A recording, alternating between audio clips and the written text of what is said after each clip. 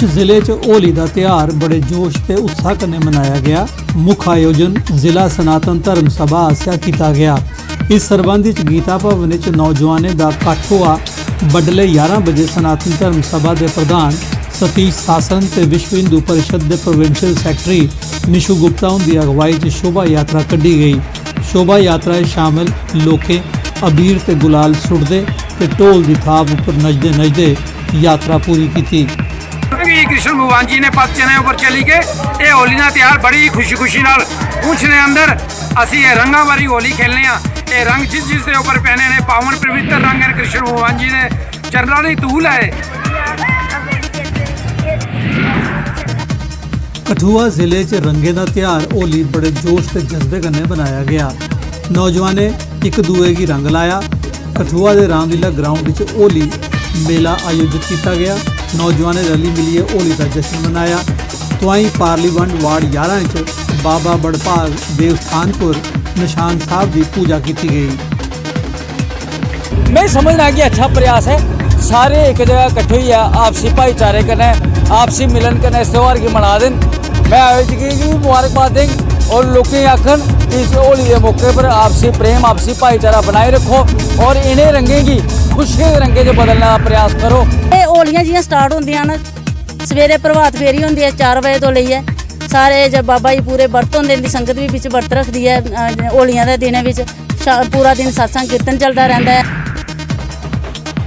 Old town Rajouri च भैरो झांकी कड्ढिए रंगे का त्यौहार होली मनाया गया। रजौरी के लोग भैरो देवता की झांकी कड्ढिए होली का त्यौहार मनाते आवारदे हैं। बड़ी गिनती च नौजवाने झांकी च हिस्सा लैता ते होली मनाई। ये परंपरा निभाने असां तो पहले भी असां तो बजुर्ग ਜਿਹੜੇ ਕੱਢਣੇ ਆਏ ਇਹ परंपरा ਹੁਣ बड़ी पुरानी चलनी आनी दी है। सदियां नाल मनाने पे साढ़े तो पहले साढ़े बुजुर्ग सन जेह्ड़े 47 तो पहले मनाने सन। उस तो बाद नवी पीढ़ी आई, उस तो पीढ़ी दर पीढ़ी ये प्रोग्राम चलना रहा।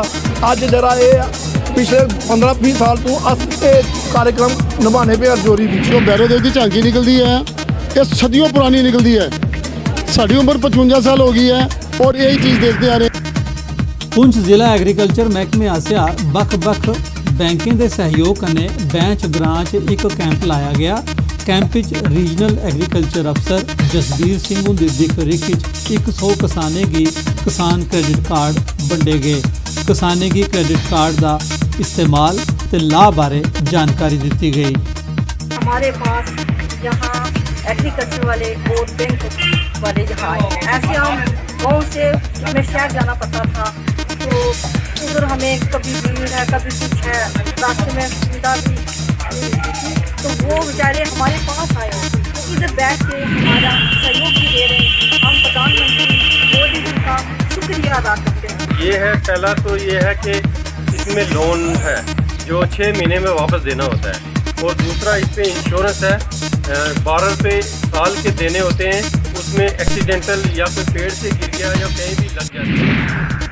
सांबा च प्रधानमंत्री डिवेलपमेंट प्रोग्राम तहत 4 करोड़ रुपए की लागत कन्नै इंडोर स्पोर्ट्स स्टेडियम बनाया जा रहा है। जम्मू कश्मीर स्पोर्ट्स काउंसिल आस्सेआ बनाए जा रहे इंडोर स्पोर्ट्स हाल सांबा गी लेइयै नौजवान खिडारियों च बड़ा उत्साह है। लोकें का गलाना है जे इंडोर स्पोर्ट्स हाल गी बनाने का कम तौले मुकम्मल किया जा।